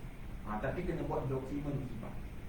Dokumennya dengan kita tulis saja je, kena dicop dan sebagainya. pakai peguam lebih baik ataupun kita guna syarikat-syarikat yang berotoriti. Majlis Agama Islam pun ada buat dah, di MAIS, dah ada buat. Pergi kat sana, saya nak buat hibah bersyarat. Hibah bersyarat ni ada dua jenis. Satu namanya hibah umrah, yang kedua hibah rukhbah. Umrah ni macam mana? Kalau aku mati, contoh kita bagi, Mat, ambillah handset dekat kamu. Kita bagi kan? Kalau kamu mati, handset tu pulang balik kat aku. Kalau aku mati, handset ni kena bagi kat anak-anak aku. Itu hibah pertama. Hibah yang kedua, dia rukhbah. Rukhbah ni yang kita guna sekarang. Apa dia? Kalau kamu mati, kalau aku mati, dapat kamu duit. Kalau kau mati, duit tu dapat balik kat aku. Itu yang panggil hibah rukhbah. Maka boleh pakai ada ustaz. Asalnya dulu hibah ni jumhur ulama tolak. Hibah sah, syarat terbatas. Tapi zaman sekarang terpaksa guna sebab kehidupan kita ni kadang-kadang ramai orang yang buta dengan sebab harta. Maka kita guna hibah ni sebagai secure. Mana kamu akan dapat kalau ayah tak ada satu masa itu. Itu perancangan kita kepada Allah SWT. Tidak ada salahnya. Tapi kalau selepas meninggal dunia, maka ikutlah perancangan Allah, iaitu faraidlah pada dari sekali kita. Wasiat kita Ustaz ni bila kita dah sediakan tu, ada yang boleh berubah-ubah lah ya. Kadang-kadang bapak ni mungkin hari ni dia nak bagi anak ni, tiba-tiba nak tukar pula kan. Tu pun biasa kita tengok terjadi lah dalam masyarakat kita. Jadi kita pakai yang terakhir lah Ustaz ya. Yang terakhir perlu dibuktikan dan mempunyai dokumen lah. Kerana itulah akan kita perlu dibuktikan dan tak dibuktikan lah oleh waris-waris ya. Cuma Ustaz, saya nak tanya lah ya, kalau kita tengok dalam pengurusan rumah tangga ni, biasanya kalau kita tengok, saya tak pastilah kalau hari ni ya, program-program macam ni, biasanya kaum wanita ni dia rajin pergi menuntut ilmu, pergi belajar ya, sebab dia sayang dengan keluarga ya Ustaz ya. Suami pun sayang pada keluarga kan. Cuma kadang-kadang ada kalanya dia bukan tak nak buat, dia pun mungkin ada perancangan lain. Kita pun tak tahu apa suami punya perancangan ya. Jadi dia perintah kita sebagai isteri, sebagai ibu, bagaimanakah cara kita lah nak memujuk ataupun mendorong lah suami kita ni untuk melakukan wasiat ataupun melakukan hibah jika kita dikategorikan dalam golongan yang bersiko tadi. Contoh, kita mungkin ada anak lelaki ya, contohnya mungkin anak kita masih kecil ya, ataupun memang suami kita sedang sakit. Contoh Ustaz ya, saya bagi contoh-contoh lah supaya bila berlaku nanti dia lebih teratur dan terancang dan kebajikan anak-anak lah terutamanya masih dapat kita kekalkan. Yang pertama tu minta Allah SWT. Kalau bicara bab hibah ni sangat luas sebenarnya. Dia ada satu hibah yang kita beri semasa kita sihat. Ada satu hibah semasa kita mati, sakit membawa kepada kematian. Sebagai hibah barak al-maut, hibah menyebabkan mati. Kalau tempoh setahun kita sakit, kita buat hibah. Rumah ni kamu dapat yang minyak, kita cakap macam tu. Kita tengah sakit apa? Kanser tahap 5. Tahap 5 ke tahap 4? Tahap 4, 5 tak ada orang kot. Kanser tahap 4. Dalam tempoh 3-4 hari kita mati. Adakah wasiat tu valid? Wasiat tak, hibah tu valid, hibah tu tak valid. Sebab penyakit yang bawa pada mati. Tapi kalau dah sakit kita tu lama, lebih pada setahun, sakit benda, sakit diabetes, betul. Tapi mati berapa lama? 4 tahun baru mati. Dia dah beribadah dah, maka sebab kita hibah marah al-maut. Baik, bagi suami-suami, cadangan saya lah, bagi kalau kita ada kemampuan, kita boleh melanggan hibah. Hibah apa ni? Hibah kepada takaful hibah. Contohnya kita bagi kepada isteri kita. Contohnya kita bayar RM190, suami isteri akan dapat RM350. Begitu juga isteri jangan untuk suami isteri dia, suami isteri pun kena buat juga. Ada juga yang buat macam mana? Dia isteri tak nak keluar duit, dua-dua dia buat. Untuk dia kalau mati isteri dapat, kalau isteri mati dia dapat. Dia pun buat keluarkan duit pun dibenarkan sekarang daripada sudut syarak. Bahkan saya ada Mahat Hafiz Puan Seri, Mahat Hafiz Vocation Baik dia dekat Taman Heru tu. Ada seorang kawan saya buat takaful ni, dia kata Syekh hentak nak tak RM1 juta. Oh, soalan tu soalan bunyi RM1 juta. Macam mana? Tapi hentak kena mati dulu kata. Dia kena mati. Oh, dia mampu ada. Tadi kita gembira, nanti langsung kita mati. Maka dia kata macam mana? Hentak masuk takaful. Mesti hibah. Mana kan? Cari seorang-seorang yang hentak hibahkan nama dia. Kalau hentak mati dapatkan RM1 dan dia bagi balik pada batu dia. Contoh. Kalau ada kemampuan. Tapi kalau tak kemampuan, maka tengok situasi keluarga kita. Kalau kita nak bagi pendidikan kepada anak-anak, tak boleh lah. Nak bagi pada sanak saudara, tak boleh cakap kita. Maka tuan-tuan boleh buat semasa hidup ni pelan hibah tadi. Sama ada hibah bersyarat ataupun hibah mutlak, ataupun buatlah wasiat kalau perlu kepada pendidikan yang lain. Itu penting. Allah. Jadi sementara kita ni kita masih ada masa, kita mengalu-alukanlah soalan daripada penonton kalau ada. Jadi kita ada terima soalan Ustaz kalau boleh kita terus bacakan Soalan kita terima daripada Puan Suhaila Yusof. Dia bertanyakan, Assalamualaikum Ustaz, saya nak tanya, kalau kita dah hibah ataupun wasiat kepada anak bapa tapi dia orang meninggal dulu, bagaimanakah status hibah dan wasiat tersebut? Yang pertama tentang Allah SWT sekalian, kalau tidak ada dakwaan, kalau tidak ada dakwaan, maka harta tersebut akan dapat kembali kepada, kalau kita guna hibah tahap yang kedua tadi, dia akan dapat kepada pemberi itu balik. Dia akan dapat balik kepada pemberi. Sebab kalau hibah rukbah, jadi umrah dan rukbah. Tapi tentang Allah SWT dalam bab wasiat, kalau yang mati itu penerima wasiat, maka wasiat tadi terbatas dulu, tidaklah akan diwarisi pula oleh isteri dia, oleh anak dia, tidak. Tapi lah isu hibah ni, itu sebab 2 kali lepas saya telefon pakar pengurusan pusaka ni pun diisukan isu ni juga. Macam mana saya tanya, macam mana kalau penerima hibah tu yang mati? Dia kata dia kembali balik, kalau ikut dia sudut yang sekarang ni, dia akan kembali balik pada pemberi. Baik, contoh saya dah bagi pada isteri saya 350,000, tapi saya yang mati, dia yang mati, maka dia akan dapat pada kita ataupun kita tukar penerima yang lain. Tapi ada juga kalau didakwa ataupun dibawa ke muka pengadilan, dia pergi ke mahkamah nak cabak, kemungkinan boleh dapat kepada waris-waris dia. Maka kena tengok perundangan macam mana disebut perundangan. Cuma dari sudut kalau guna sistem rukbah tadi, pasti dapat balik kepada pemberi hibah. Allah. Jadi Ustaz, kita tengoklah dari segi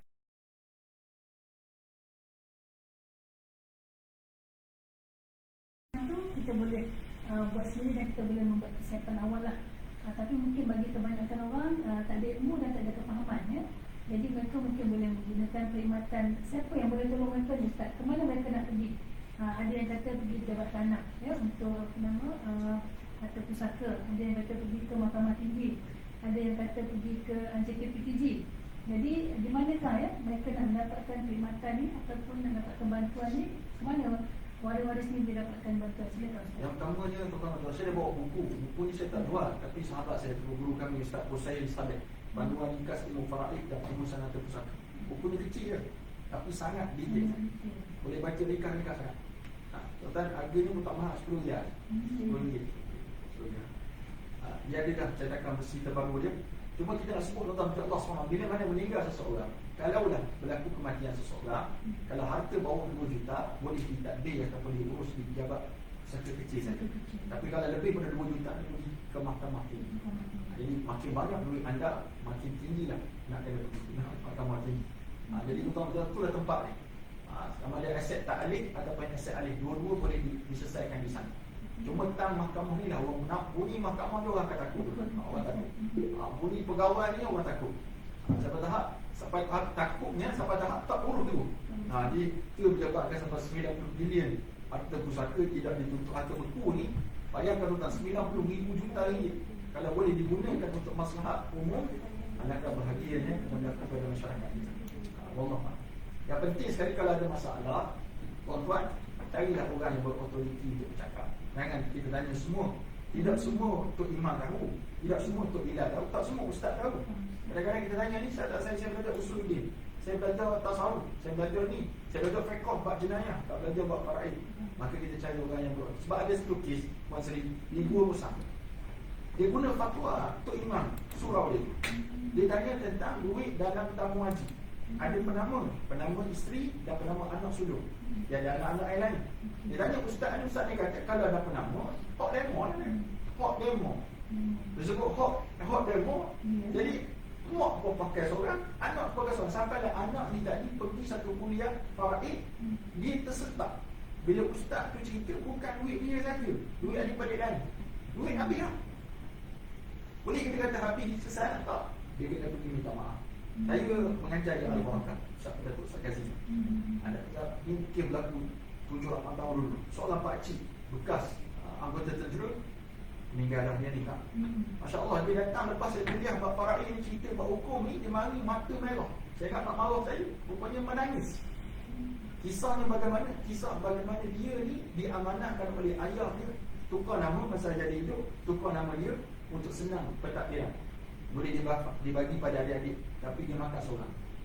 Jadi kita cinta isu ni, menangis dia, oh sedar. Dia kata, Ustaz tolong kira balik harta saya ni, berapa saya kena serah. Apa terjadi dengan Allah SWT? Saya tanya, ada tak adik-adik lagi? Adik-adik tak ada. Ada anak-anak dia saja. Itu yang jadi kes lapis Sarawak, kes kematian berlapis. Bukti yang mana paling dekat? No, Kampung Baru.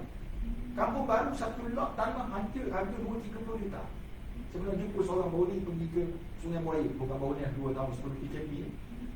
Dia kata, Ustaz, saya ada rumah sewa tadi. Duit dia saja per bulan 20,000 dapat. Mana duit? Tanah mahal.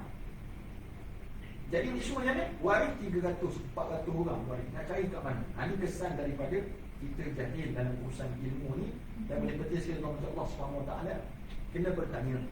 Itu sebab dalam program live di page Datuk Ustaz Kazim, tajuknya ada soalan. Memang saya setiap minggu ketiga atau minggu 2 di setiap pagi Ahad live soal jawab tentang faraid ni. Bagaimana perlu penting kita memahami faraid, barulah kita rasa selesa hidup atas muka dengan Allah SWT.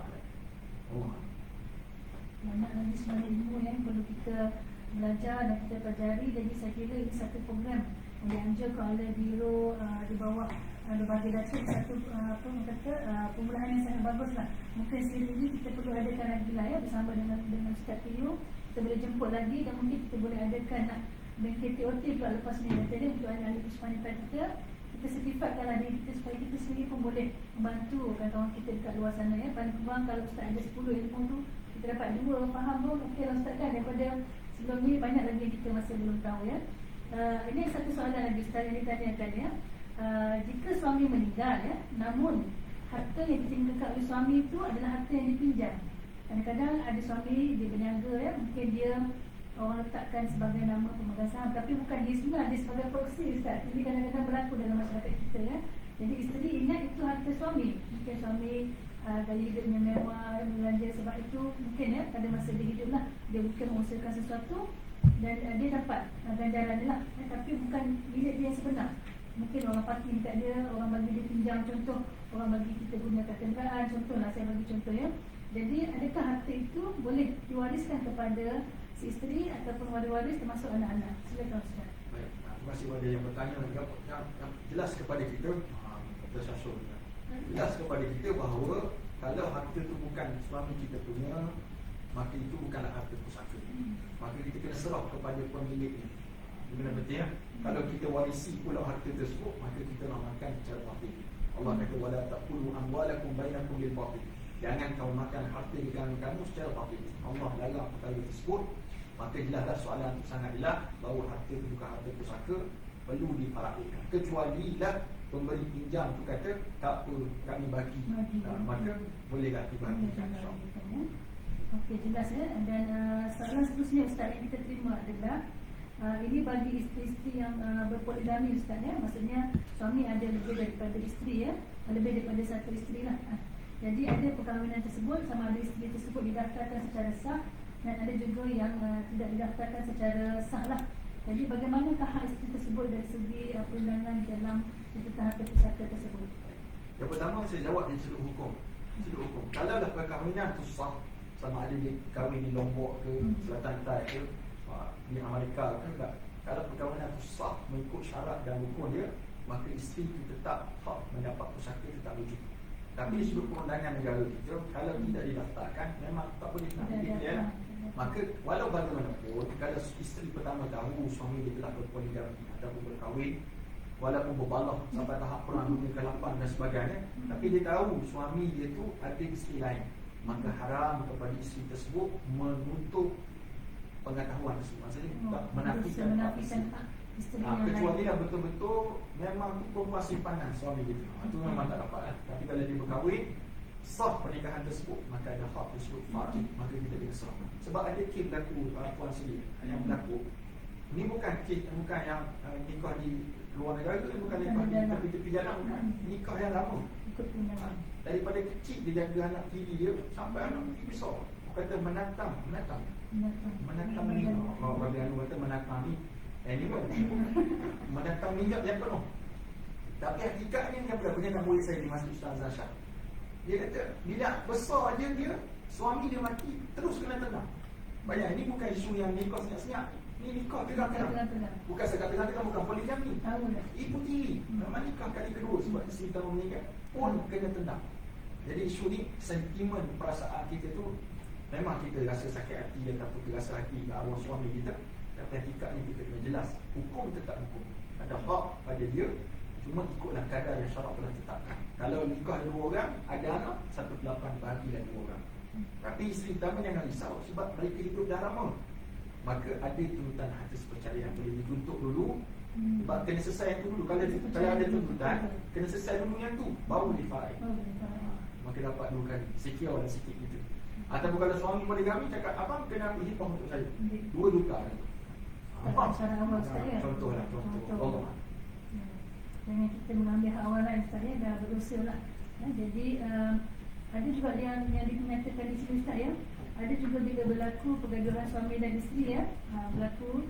Ada juga yang suami sebelum dia meninggal dia menyebutkan dia mengharamkan harta-hartanya diwarisi oleh isteri. Dia marah isteri ni Ustaz, mungkinlah kita tak tahu, mungkin ada yang antara suami dan isteri ni ya. Jadi dia marah kepada isteri dan dia mengharamkan harta dia ke atas isterinya tu. Boleh ke Ustaz? Terima kasih. Total kat Allah SWT. 3 perkara saja yang menyebabkan seseorang tidak akan dapat pusaka. Selain daripada itu akan dapat mereka. Walaupun dah buat wasiat kamu dekat ni. 3 perkara. Yang pertama, kalau si pewaris tu, si waris membunuh pewaris. Bunuh dalam mazhab kita, Puan Sri, dalam mazhab kita macam ini dia rigid sikit. Bunuh ni sama ada sengaja, tak sengaja, tersilap, menyebabkan kita tak dapat. Itulah isu viral baru ni tentang kes COVID. Dia bawa balik COVID pada kampung. Ayah dia mati sebab dia. Adakah dia layak terima pusaka? Di sini orang bahas. Orang kata dia membunuh. Dia membunuh. Waris. Walaupun dia tak niat nama nak balik siapa, nama tak balik, tapi dibawa dengan cek COVID sekali balik. Mati bukan ayah dia mati, semua mati dia tu. Dia mati dia semuanya. Dia menjadi asbab. Dalam mazhab Imam Syafi'i memang tak dapat langsung. Dia tak ada layak. Dia dipanggil qatlul khata'. Bunuh tersilap. Walaupun tak ada niat, sama accident dia bagi kiam macam tu. Tapi ulama kata dapat. Tengok keadaan. Dalam mazhab lain tak macam tu. Dalam mazhab kita saja sangat tegas isu ni. Membunuh pewaris. Mana dalil dia? Tengok surah Al-Baqarah. Surah Al-Baqarah kan kisah lembu, kisah sapi betina. Kisah sebab apa? Kisah sebab zaman Nabi Musa ada seorang ni duduk dengan pak saudara dia. Pak saudara dia kaya sangat, tapi tak nak bagi harta kat dia. Lambat sangat mati, dia bunuh pak saudara dia. Dia letak kat satu kampung, dia tuduh peluru kampung, dia bunuh pak saudara dia. Maka kaedah sebut man istajala syai' qabla awanihi uqiba bil-mal. Satu benda yang kita gerojoh nak dapat satu benda, belum tiba waktu matang dia, waktu masak dia, maka dihukumkan haram bila kita dapat. Musakin untuk bagi contoh lah buat musakin. Walaupun tak ada ni sebab kena potong raka. Musakin. Kalau kita nak sedap, kita jolok dia jatuh ataupun tunggu dia masak ranum baru kita ambil. Orang jolok tak? Kalau dia jolok tak sedap isi dia. Itu dah kaedah umumnya. Yang kedua, kalau berlainan agama, tak boleh dapat pusaka. Contohnya acong masuk Islam ataupun dia keluar dari Islam, maka tak boleh dapat pusaka. Berlainan agama. Tak ataupun berlainan agama. Yang ketiga, kalau seorang tu menjadi hamba. Contoh perang Malaysia lawan Singapura, contoh berperang, kita kalah. Ataupun Singapura kalah. Kita ambil seorang daripada sana buat jadi hamba kita kat Malaysia. Maka dia mak bapak dia mati kat sana, dia tak layak terima pusaka. Sebab apa tak layak? Sebab hamba ni adalah milik tuan. Hukum hamba masih berjalan, tapi hamba tak ada bersama kita. Yang kat rumah tu amah tu bukan hamba kita, tu orang gaji. Jadi kalau dah wasiat tadi kata kamu tak layak terima pusaka aku minah, kalau aku mati kamu satu sen tak dapat, tetap tak laku wasiat. Maka tak boleh dengar wasiat-wasiat tu batal. Dia tak layak. Macam anak kita, anak mak Rafiq, anak kita mak Pik, Ustaz Dadah tu. Kamu yang bagi sesih kat dia, aku jadi hantu nanti kalau bagi dia dah pulak tu. Tetap tak dapat. Tetap akan dapat banyak tersebut. Maksudnya hak itulah masa mereka dapat dimati Ustaz ya, balik kepada hukum faraid tadi lah. Melainkan 3 faktor tadi lah ya. Kita kata jadi sebab pembunuh, sebabnya berlainan agama ataupun disebabkan mereka adalah hamba ya. Jadi kalau 3 tadi tak layak dia untuk mendapat harta di bawah harta pusaka tadi ya. Satu lagi Ustaz soalannya sebelum kita pergi kepada kesimpulan Ustaz ya. Soalan ni ditanyakan adalah Saya ada dua orang anak ya, iaitu anak saya anak perempuan, anak sulung saya anak perempuan berumur 8 tahun dan anak lelaki saya baru saja dilahirkan 2 hari. Jadi kalau mengikut kalau kita tak ada adik-beradik anak lelaki ni Ustaz ya, suami kita ni akan pergi kepada adik-beradik arwah suami lah. Jadi apakah status anak saya yang baru berumur 2 hari tersebut? Okay, baik. Yang pertamanya, anak laki-laki ni yang saya sebut pada awal tadi, dia jadi bagi laki-laki, tak kira kecil, besar, tua, muda, hatta janin dalam perut pun layak dapat pusaka. Kalau zaman jahiliah dulu, budak-budak kecil walaupun laki-laki tak dapat pusaka, bukan setakat orang perempuan tak dapat, budak lelaki kecil tak dapat. Tapi Nabi Puan yang bertanya tadi, dia ada anak laki-laki baru umur 2 hari. Ada dia anak laki-laki ni menyebabkan adik-beradik takkan dapat pusaka. Tak kira umur berapa. Hatta dia ni okey sekali tu. Orang kena upaya. Orang kena upaya, hak tak? Ada hak dia. Ikut jantina ni. Cuma dia tak boleh pegang harta. Dia nanti pentadbir jaga harta. Jadi bagi pihak penganjur ya, saya mengucapkan terima kasih kepada sidang hadirin ya yang terlibat bersama-sama dengan kita bertanyakan soalan ya. Jadi aktiflah, jadi saya ucapkan terima kasih dan penghargaan. Jadi kita pun sudah nak sampai kepada penghujungnya. Jadi saya nak mohonlah kepada Ustaz ya, mohon Ustaz kongsikan kepada kita daripada tadi kita berbincang, apakah kesimpulan ya yang Ustaz nak kongsikan kepada semua sidang hadirin ya, sama ada kita ni wanita, kita sebagai isteri, kita sebagai anak ataupun kita sebagai ibu, atau mungkin kita juga adalah pemimpin masyarakat. Ustaz Piyu, apalah amanat terakhir yang Ustaz nak kongsikan rumusan ataupun bagi balik ni kita ingat supaya kita ambil lah tindakan yang lebih untuk kita meningkatkan kefahaman dan meningkatkan ilmu kita. Oh, dia masih ada soalan ya. Okey, soalannya datang daripada, ini tak ada nama ya, anonymous ya. Dia nak bertanyakan, si mati telah membeli tanah sewa daripada adik beliau, tetapi tak sempat tukar nama kerana arwah telah meninggal dan semua pembayaran telah pun dijelaskan. Apabila anak si mati nak buat tuntutan hak tetapi tidak diberi oleh adik arwah, untuk mengelakkan daripada putus hubungan kekeluargaan, anak-anak arwah mengambil keputusan membiarkan saja. Jadi apakah hukumnya Ustaz? Yang pertama, bila mana kita menafikan hak, hukumnya haram. Menafikan hak, hukumnya haram. Dan anak-anak tu berlapang dada menghalalkan duit tersebut, itu satu benda yang perlu dipuji. Namun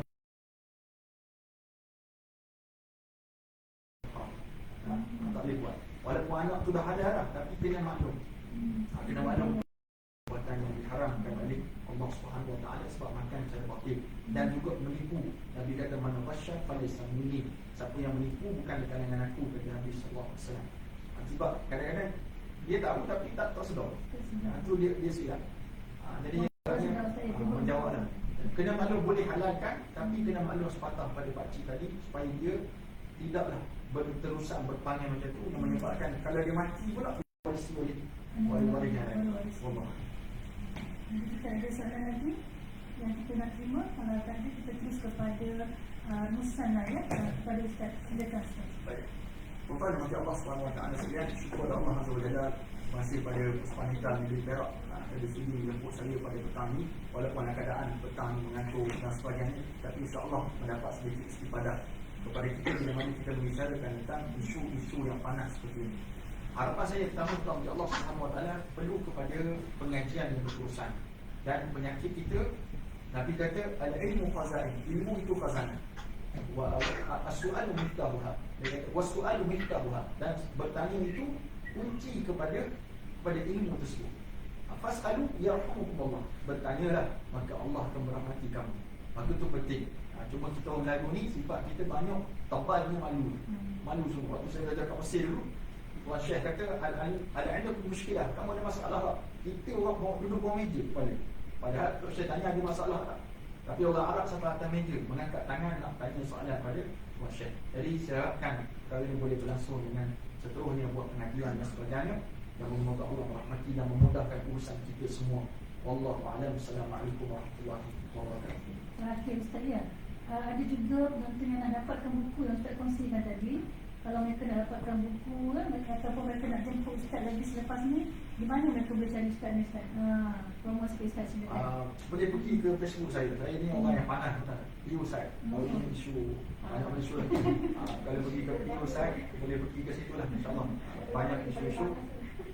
Dan kalau nak beli buku yang ni, saya sarankan boleh hubungi 03 435 4679 013 435 4679, iaitu Ustaz Hussaini Saleh, disebut Dakhil Ilmu Fa'id. Wallah. Terima kasih Ustaz ya. Jadi kita ucapkan terima kasih kepada Ustaz. Banyak ilmu yang dapat kita pelajari, termasuk saya sendirilah ya.